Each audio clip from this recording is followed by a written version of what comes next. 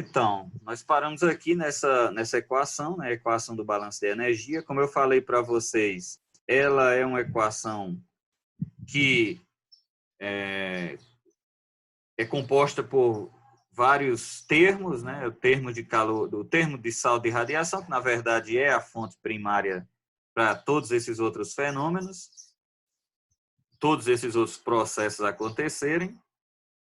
Do saldo de radiação, você tira parte dessa quantidade de energia, é utilizada para aquecer o ar, em forma de calor sensível. Parte é utilizada para levar a água do estado líquido para o estado de vapor, em forma de evapotranspiração, ou calor latente. Parte é utilizada para aquecer de forma sensível o solo, né? Ou seja, por processo de condução de calor, ele vai aquecendo. E entram no sistema as advecções de calor e de vapor, né? Ou seja, de calor sensível e de calor latente.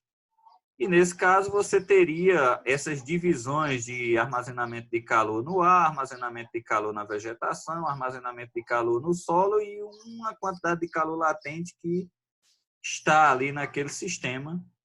Mas tudo isso é muito difícil de você compartimentar, ou seja, dividir cada um desses termos. A gente vai ver que vai acabar analisando a forma mais geral.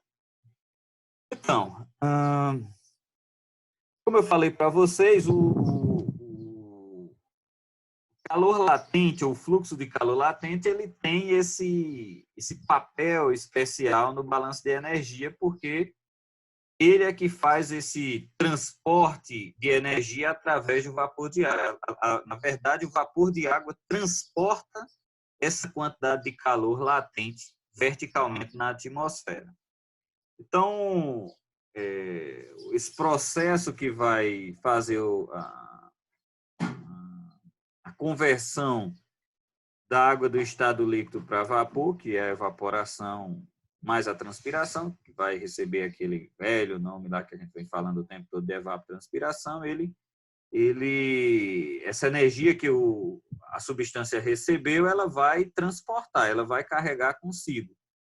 E esse transporte ele acontece verticalmente na atmosfera. Lógico que não é um transporte linear, tipo, ele não começa aqui a superfície e ele vai para 1 metro, 2 metros, 3 metros acima dessa superfície de forma linear. Ele tem todo um movimento caótico, turbulento, bem mais complexo do que a gente pode imaginar aqui. Mas vamos enxergar em algum momento esses fenômenos. Então, o calor sensível ele tem esse papel muito importante no balanço de energia nesse volume de controle do sistema solo-planta-atmosfera.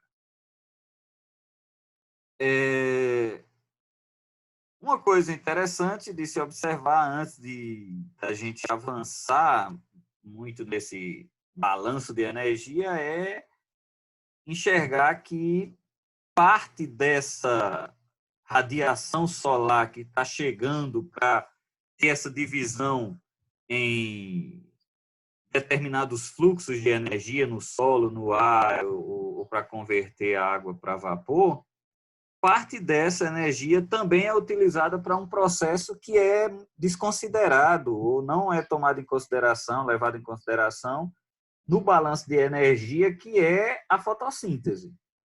Então, parte dessa radiação que chega, ela é utilizada na fotossíntese, e lógico, é uma faixa do espectro eletromagnético pequena, que é naquela faixa do visível, que é o que nós chamamos de radiação fotossinteticamente ativa.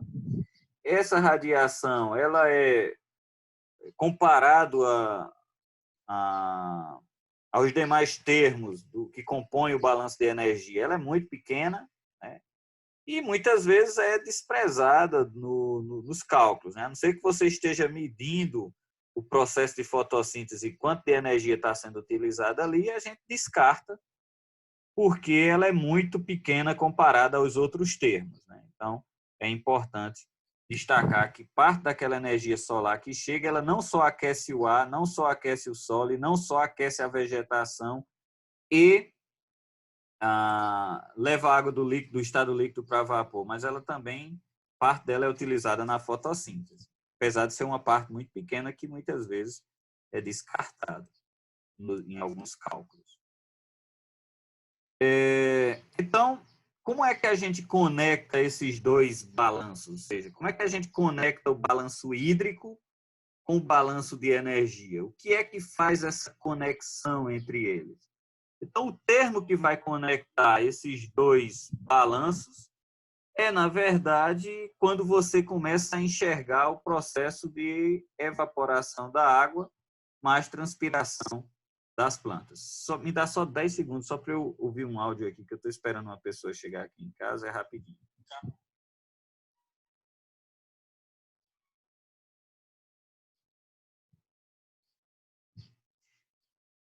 Então nesse caso, quando a gente tenta conectar o balanço hídrico com o balanço de energia, a gente fica procurando o que é que vai nos dar essa conexão, que parâmetro vai nos vai fazer com que a gente enxergue essa relação que existe entre balanço hídrico e balanço de energia. Então, o termo que a gente vai buscar é um termo que contempla esses dois cenários. O cenário de evaporação da água que está no solo, mais a transpiração pelas plantas, mais a evaporação da água que foi interceptada ali nas folhas, que muitas vezes é desprezada. Então, quando a gente soma todos esses termos, a gente tem o famoso ou a famosa evapotranspiração, ou o termo chamado evapotranspiração, que ele é, às vezes, representado pela letra E, a depender de que material você está utilizando, mas, em geral, na literatura científica, o termo é ET, evapotranspiração. Então, quem vai fazer esse link entre o balanço hídrico e o balanço energético é a evapotranspiração. Por quê? Porque o balanço hídrico não tem fluxo de calor no solo, o balanço hídrico não tem fluxo de calor sensível do ar, o balanço hídrico tem evapotranspiração, que é o mesmo termo que está lá no balanço de energia. Então, esse é o termo que vai ser comum aos dois balanços, ao balanço hídrico e ao balanço de energia. Então, ele conecta esses dois balanços. Então, evapotranspiração é um termo, é um conceito, é um processo físico que é muito importante, tanto se você está estudando balanço de energia, como se você estiver estudando balanço hídrico nesse sistema, nesse volume de controle, é a conexão entre essas duas áreas, vamos assim dizer, ou esses dois modos de analisar o sistema solo-planta-atmosfera. Então, por isso que a evapotranspiração ela é tão cotada numa disciplina como essa, porque ela responde a algumas necessidades dos dois grandes compartimentos aí, o compartimento do balanço hídrico e o compartimento do balanço de energia. Okay? Então, como eu já falei, né, a evaporação e a transpiração elas podem ocorrer simultaneamente, e não é fácil de você distinguir um do outro. Não é fácil. Então, não é fácil você dizer assim, eu vou calcular a evapotranspiração, aliás, eu vou calcular vou calcular a transpiração e vou calcular a evaporação. Não tem como eu fazer isso. Não tem como eu separar um do outro hoje. Então, por isso que é necessário que eu calcule, use um método que obtenha essas duas coisas juntas. Então, o termo eu vou chamar de evapotranspiração. Às vezes ele é regido basicamente pela evaporação, às vezes ele é regido muito pela transpiração, mas o termo continua sendo evapotranspiração. Hoje já existe uma técnica, né? Na verdade, você mede a evapotranspiração e, a depender de outras variáveis biofísicas, existem alguns modelos que separam o que é evaporação do que é transpiração.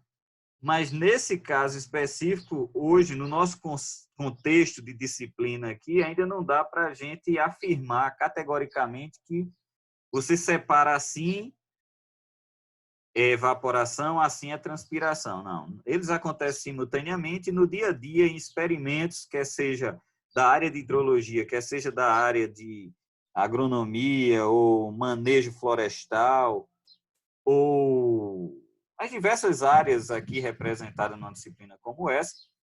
É muito difícil de você afirmar essa divisão ou essa separação. Então, o termo acaba sendo o termo evapotranspiração. Então, como eu disse, já existem algumas metodologias, mas ainda em fase de desenvolvimento, de implementação e tentando realmente oferecer essa divisão entre o que é evaporação, o que é transpiração, dentro de uma medição da evapotranspiração. Dizer, 70% foi transpiração, 30% foi evaporação, ou o inverso. Então, esses detalhes não são tão triviais de serem definidos quando a gente tenta separar um termo do outro, ou uma parte do outro. Quando a gente olha uma figura desse tipo, como essa que está aparecendo para vocês, eu tenho uma partição da evapotranspiração em transpiração e evaporação. Essa figurinha ela é conceitual baseado no que se espera, baseado em estados fenológicos da planta, condições que já são previamente conhecidas e do que a planta dá como resposta. Então, vamos imaginar o seguinte, eu vou definir o estado fenológico da planta pelo índice de área foliar, que é esse LAI que está aí de lado, o índice de área foliar. Então, aqui a linha pontilhada é índice de área foliar. Essa parte mais escura é evaporação, essa parte mais clara é transpiração. Então, veja o seguinte. Aqui, no início, eu tenho o que eu chamo de emergência, ou seja, a planta vai emergir. Você planta. Vamos pensar aqui milho. Você vai lá no campo e planta grãos de milho. Então, o milho começa a nascer. Então, ele já consegue romper a barreira do solo e a folhinha começa a surgir aí.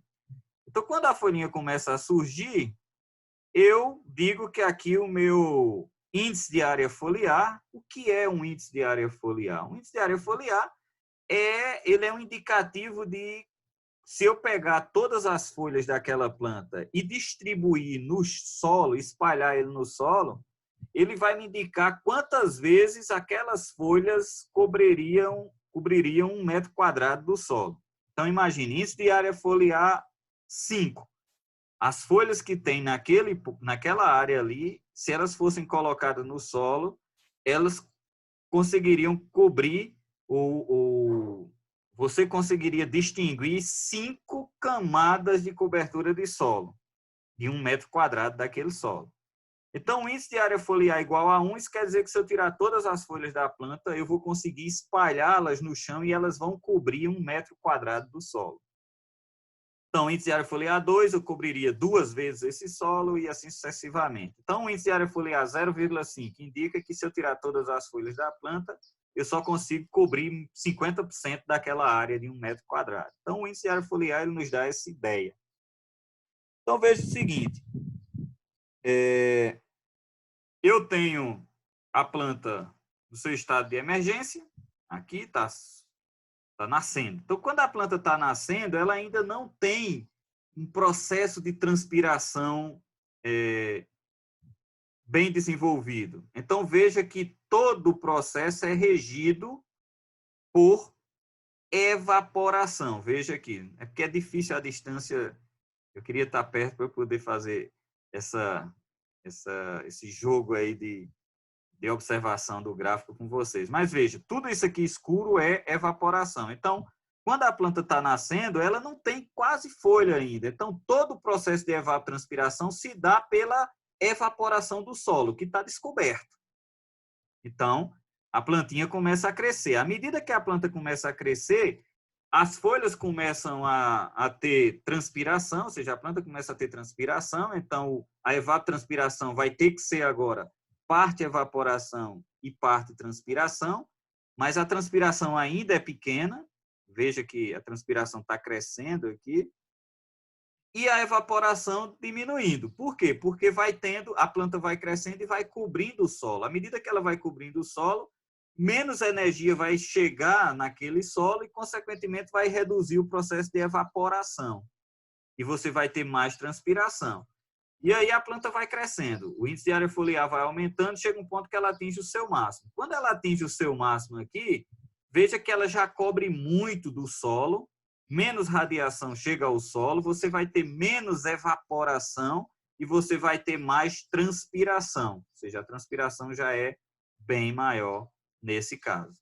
Então, nesse caso aqui, o processo de evapotranspiração ele é regido pela transpiração e não pela evaporação, apesar de que tem também evaporação contido lá.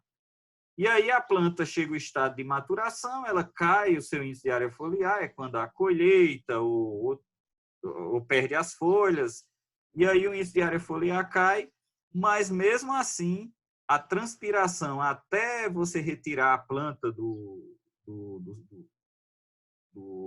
campo ainda é forte. Por quê? Porque mesmo a planta perdendo sua área foliar, porque foi colhida e tudo mais, ou perdeu folhas, mas ainda tem o processo de transpiração acontecendo e ainda tem folha suficiente para cobrir grande parte do solo e fazer com que a evaporação ainda seja menor do que a transpiração. Mesmo a evaporação aumentando, porque você diminui a quantidade de folhas. Então, o que esse gráfico está dizendo é o seguinte: quando o solo está descoberto e a planta está nascendo, você tem basicamente evaporação. Quando a planta começa a crescer, começa a ter menor evaporação e um pouco mais de transpiração. E aí você vai reduzindo a evaporação porque o solo vai sendo coberto pela planta. Então, tem menos energia chegando até o solo para fazer o processo de evaporação da água que está naquele solo. E também tem um outro detalhe, é que a planta começa a retirar mais água daquele solo, tornando o solo ainda mais com escassez hídrica. Lógico que ele não vai estar totalmente escassa a água ali, porque senão a planta não se desenvolveria. Mas o que eu quero dizer é que também tem esse fator do consumo hídrico da planta, o consumo hídrico da planta retirando a água daquele solo em questão, diminuindo assim a evaporação dele.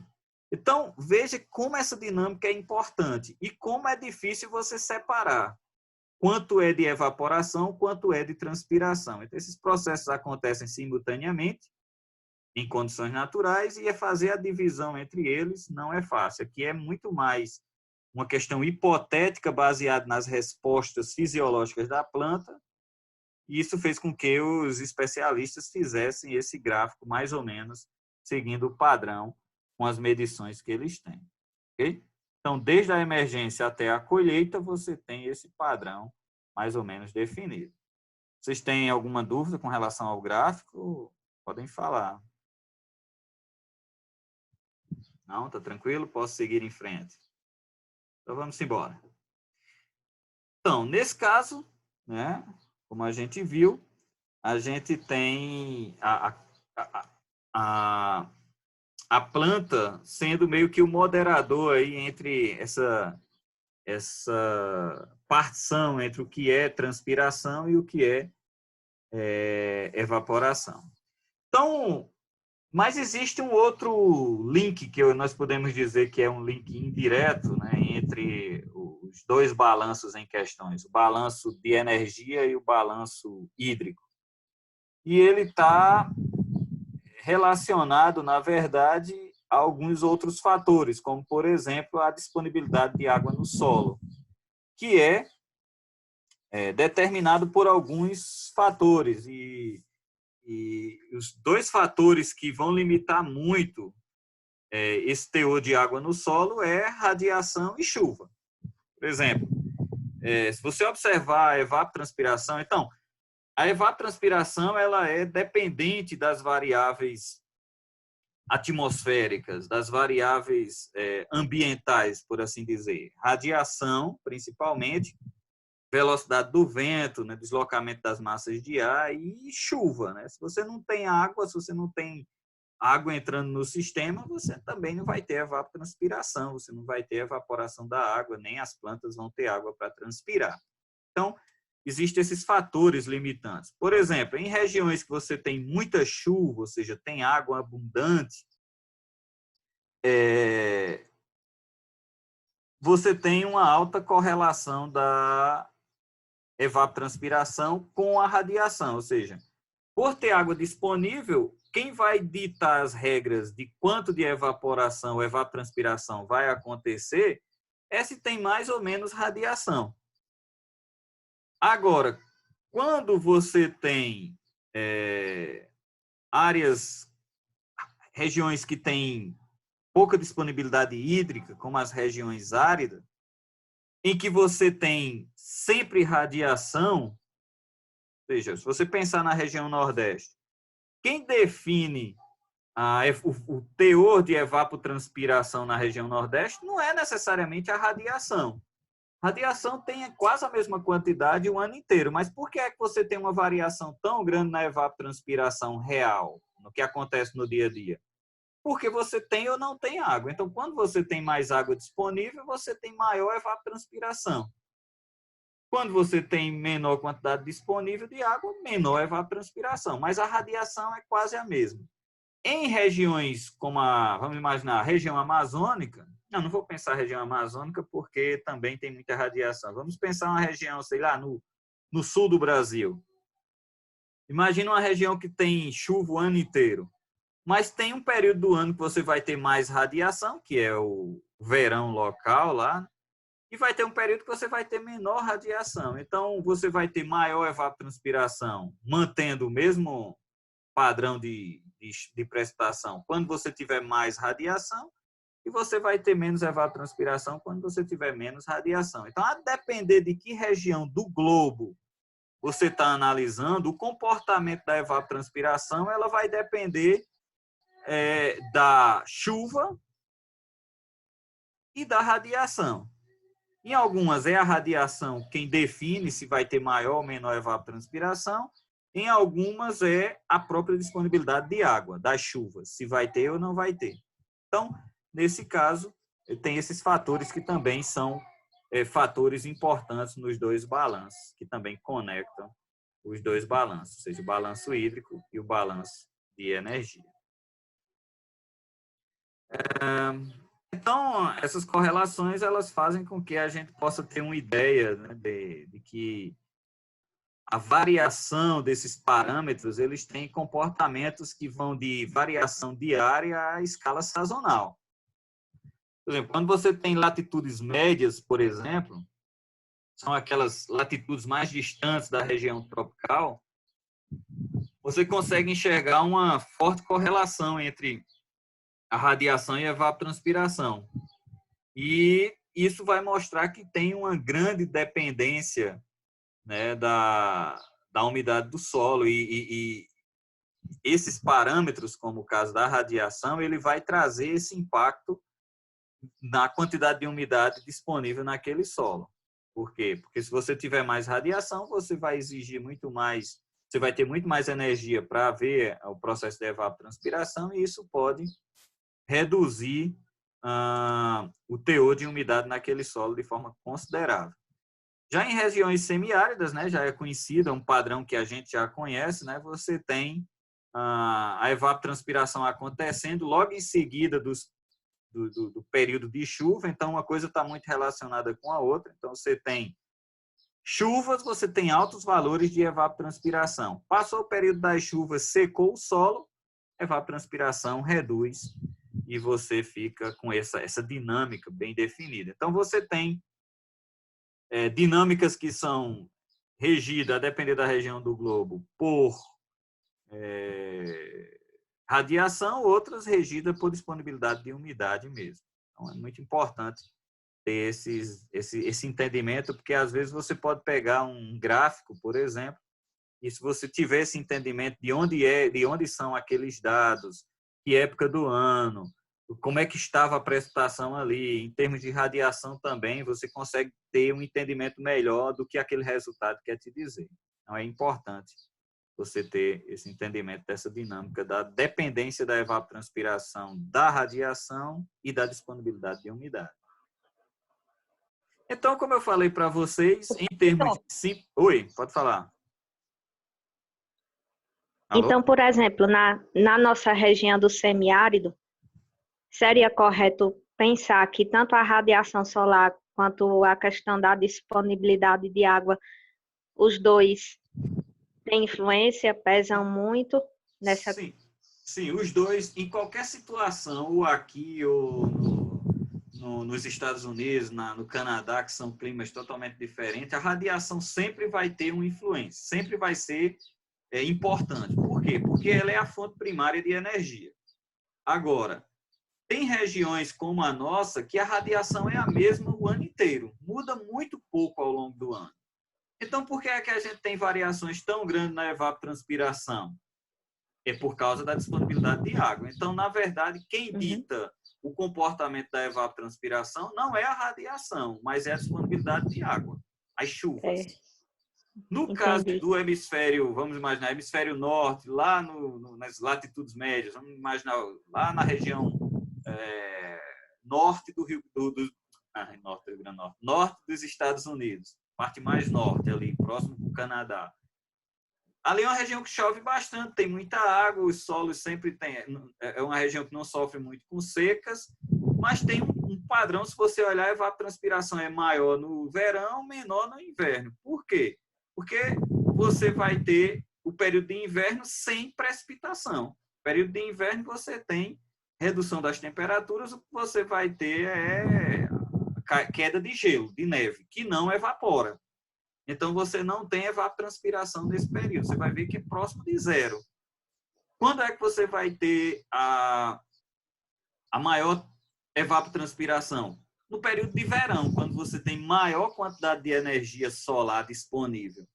Então, tem água no inverno, mas não tem evapotranspiração. Por quê? Porque a água está no estado sólido, ou líquido pode permanecer, mas não tem energia suficiente para evapotranspirar. Então, veja a diferença. Entendi. Lá tem água, mas não tem radiação disponível. Então, a evapotranspiração cai. Nós temos evapotranspiração, ou nós temos radiação disponível, mas grande parte do ano nós não temos água. Nos falta precipitação. Então, é isso que eu quero dizer. Ou seja, quem vai direcionar a evapotranspiração, se é radiação ou chuvas, vai ser as características e a localização geográfica do ambiente em questão. Tá bom? Então, é importante... Entendi. Obrigada. Nada. Então, como eu falei para vocês, os nossos balanços eles são simplificados, porque aquelas advecções a gente não consegue medir. Então, para simplificar e nos dar um entendimento mais real do fenômeno com medições, nós podemos ter o balanço hídrico como sendo entrada por precipitação e irrigação, saída por evapotranspiração e por drenagem profunda, assim como escoamento superficial. Então, esses seriam os parâmetros ou os termos de um balanço hídrico. Precipitação entrando, irrigação entrando, evapotranspiração saindo, drenagem profunda saindo e escoamento superficial saindo. Sem os termos de advecção, porque eu não consigo mensurá-los, não consigo medi-los. E o balanço de energia, como é que a gente ficaria? Saldo de radiação, aí desse saldo de radiação você teria uma partição para o solo, uma partição para o ar da atmosfera e uma partição para levar água do estado líquido para vapor. Então, você entra com radiação solar, ou saldo de radiação, sai fluxo de calor no solo, sai fluxo de calor sensível na atmosfera e sai evapotranspiração. Então, os termos de advecção não entram aqui porque, como já dito, não tem como a gente mensurar. Então, esses seriam os nossos dois balanços, o de energia e o balanço de água, simplificado, que é o que nós vamos trabalhar com eles.